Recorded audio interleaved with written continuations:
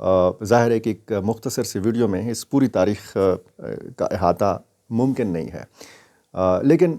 آج بھی آپ کہہ سکتے ہیں کہ افغانستان جنگ زدہ ہے۔ اس کے بعد کے جو حالات ہم نے دیکھے، جب مجاہدین آپس میں لڑ پڑے، جب وار لارڈز آپس میں لڑ پڑے، افغان طالبان آئے، پھر افغان طالبان کا جو پہلا دور اقتدار تھا اسامہ بن لادن اور 9/11 والا ایپیسوڈ ہوا، اور اس کے بعد 20 سال ہم نے دیکھا کہ امریکہ افغانستان کے اندر موجود رہا۔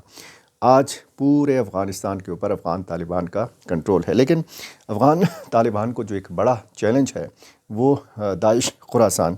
کے حوالے سے ہے۔ میں نے پچھلی ویڈیو میں آپ کو بتایا تھا کہ 3 دن کے اندر 2 بڑے خودکش حملے ہوئے، یہ بڑے خطرناک حملے تھے۔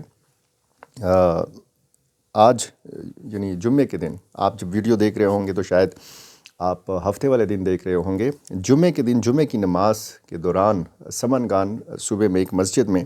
دستی بم حملہ کیا گیا۔ اس کو بڑا ہائی لائٹ کیا گیا اور اس کو بھی جوڑا گیا کہ شاید یہ بھی داعش نے حملہ کیا ہے، لیکن افغان وزارت داخلہ کے ترجمان عبدالمتین قانی نے یہ بتایا ہے کہ یہ ذاتی دشمنی کا جو ہے وہ ایک شاخسانہ تھا یہ واقعہ۔ دستی بم حملہ کیا گیا، 4 افراد اس میں زخمی ہوئے ہیں اور حملہ آور جو ہے اس کو گرفتار کیا گیا ہے۔ یہ جو داعش اور افغان طالبان کا معاملہ ہے، نظری فکری اختلاف بھی ہے۔ دیوبندی جو اسکول آف تھاٹ ہے، اس سے وابستہ ہیں افغان طالبان، اور اسی اسکول آف تھاٹ سے وابستہ ہیں TTP کے لوگ بھی، اور باقی جو عسکریت پسند تنظیموں کے لوگ ہیں وہ بھی اسی اسکول آف تھاٹ سے وابستہ ہیں۔ داعش کے بارے میں بتایا جاتا ہے کہ یہ سلفی جو ایک اسکول آف تھاٹ ہے اس سے تعلق رکھنے والے لوگ ہیں۔ تو اس بحث کا آغاز دوبارہ سے ہوا ہے، اور اس لیے ہوا ہے کہ جب سے یہ داعش کے حملے بڑھے ہیں،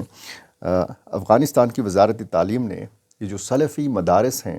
ان کی بندش کے احکامات جاری کیے ہیں، اور ننگرہار اور کنڑ میں باقاعدہ ایسے مدارس بند کیے گئے ہیں جو سلفی اسکول آف تھاٹ سے تعلق رکھتے ہیں۔ تو یہ امارت اور خلافت کا مقابلہ ہے۔ ظاہر ہے کہ اس وقت امارت ہے، امارت اسلامیہ ہے، اور داعش کے جو جنگجو ہیں یہ شاید خلافت کے لیے جو ہے وہ سرگرم ہیں دنیا کے مختلف علاقوں میں، عراق میں خصوصاً۔ آتے ہیں اس بلوچستان والے واقعے کے حوالے سے بھی آپ سے بات کرتے ہیں کہ ایک تو بلوچستان آپ کو پتہ ہے تیل، گیس اور دیگر معدنیات سے مالا مال صوبہ ہے، اور جہاں جہاں پہ معدنیات ہیں وہاں پر آپ کو پتہ ہے کہ امن و امان کی صورتحال خراب رہتی ہے۔ یہ جو واقعہ تازہ ترین ہوا ہے یہ شاہرگ کا علاقہ ہے، ہرنائی، یہاں پر جو شہید ہونے والے مزدور ہیں سوات سے جن کا تعلق ہے وہ ہیں اقبال حسین، جاوید، عمر علی، دولت مند، باچا حسین، اور جن مزدوروں کا دیر کے علاقے سے تعلق ہے خیبر پختونخوا سے، ان کے نام حضرت، حنیف اللہ، گل رحمت اللہ، ایاز اللہ اور رحمت شاہد جو ہیں یہ ان میں شامل ہیں۔ جنوری کے اواخر میں آپ کو پتہ ہے کہ قلات کے علاقے منگوچھر میں ایک جھڑپ ہوئی، 18 سیکیورٹی اہلکار اس میں شہید ہوئے تھے، اور 12 عسکریت پسندوں کو جو ہے اس میں جھڑپ میں مارا گیا تھا۔ تو یہ بڑے حملوں میں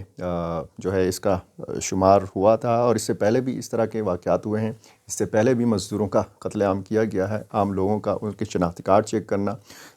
کس صوبے سے ان کا تعلق ہے، لیکن یہ جو واقعہ ہے اس میں کسی کا شناختی کارڈ نہیں چیک کیا گیا۔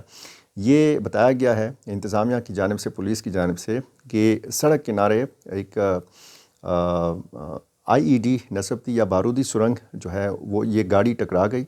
یہ کان تھے اور یہ باقاعدہ ایک کان میں کام کر رہے تھے، اپنی مزدوری والی جگہ سے یہ بازار کی طرف آ رہے تھے کہ ان کی بس جو ہے یہ نشانہ بن گئی۔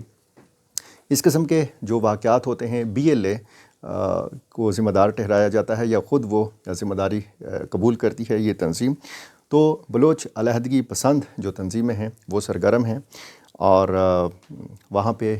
کہا جاتا ہے کہ بلوچستان کے پہاڑی سلسلوں میں ریاستی رٹ جو ہے یہ بھٹکتی پھر رہی ہے۔ کب سنجیدہ معاملات جو ہیں یہ شروع ہوں گے، سنجیدگی کے ساتھ کب سوچا جائے گا، اس چیز کا پتہ نہیں ہے۔ بہرحال پاکستان کے اوپر دباؤ بڑھایا گیا ہے، امریکہ اور بھارت نے مشترکہ طور پر یہ دباؤ بڑھایا ہے ڈونلڈ ٹرمپ سے جو ملاقات کی ہے نریندرا مودی نے،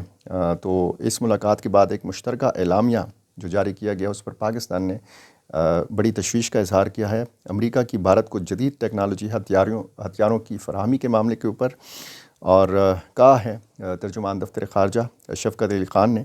کہ انڈو یو ایس مشترکہ بیان جو ہے بے بنیاد بھی ہے اور سفارتی اقدار کے بھی خلاف ہے۔ اس مشترکہ اعلامیہ میں پاکستان پر زور دیا گیا ہے کہ وہ اپنی سرزمین کو سرحد پار دہشت گردی کے لیے استعمال نہ ہونے دے۔ اب ظاہر ہے کہ یہ چونکہ بھارت اور امریکہ کے سربراہان کا ایک مشترکہ بیان ہے یا اعلامیہ ہے، اور اس میں اشارہ جو ہے وہ ہندوستان کی طرف ہے۔ تو طہور حسین رانا جو ہے ان کی حوالگی کا جو ہے وہ بات کی ہے ڈونلڈ ٹرمپ نے، اور اس کو بڑا کامیابی قرار دیا جا رہا ہے۔ انڈین میڈیا میں بڑا اس کے اوپر بات کی جا رہی ہے۔ پاکستان کے حوالے سے کہا جا رہا ہے کہ جو توقعات تھیں ڈونلڈ ٹرمپ سے پاکستان کو یا پاکستان کی حکومت کو یا پاکستان کی کچھ سیاسی جماعتوں کو، وہ توقعات پوری نہیں ہو رہی ہیں، الٹا پاکستان کے اوپر دباؤ بڑھایا جا رہا ہے۔ جنوبی وزیرستان میں وانا میں ایک جرگہ ہوا ہے، اس میں 2 دن کی ڈیڈ لائن دی گئی ہے، اور یہ بتایا گیا ہے کہ جنوبی وزیرستان میں جو حالیہ 3 افراد کو اغوا کیا گیا ہے، اس میں چیمبر آف کامرس کے صدر سیف الرحمان ہیں، 2 کسٹمز اہلکار ہیں، اور ایک ڈاکٹر ہے۔ ان کو اغوا کیا گیا ہے ملیٹنٹس کی طرف سے، اور ان کی بازیابی کے لیے 2 دن کی ڈیڈ لائن جرگے نے دی ہے۔ وانا میں یہ جرگہ ہوا ہے، اور جرگے میں بتایا گیا ہے کہ اگر 2 دن بعد بھی یہ مخفی رہا نہ کرائے گئے، بازیاب نہ کرائے گئے، تو آئندہ کی حکمت عملی کا اعلان کیا جائے گا۔ جو 7 مغوی ابھی تک اغوا کاروں کی تحویل میں ہیں، پاکستان ایٹامک انرجی کمیشن کے لکی مروت میں یہ 3 دن کی جو ڈیڈ لائن دی گئی تھی اس میں 2 دن رہ گئے ہیں، اور تاحال ان مخفیوں کا کچھ اتا پتہ نہیں ہے۔ اسی قسم کی خبریں اگر آپ نے جاننی ہیں تو میری آپ سے ایک بار پھر گزارش ہے کہ میرا چینل سبسکرائب کیجیے اور مجھے اپنی رائے سے ضرور نوازا کیجیے۔ بہت شکریہ۔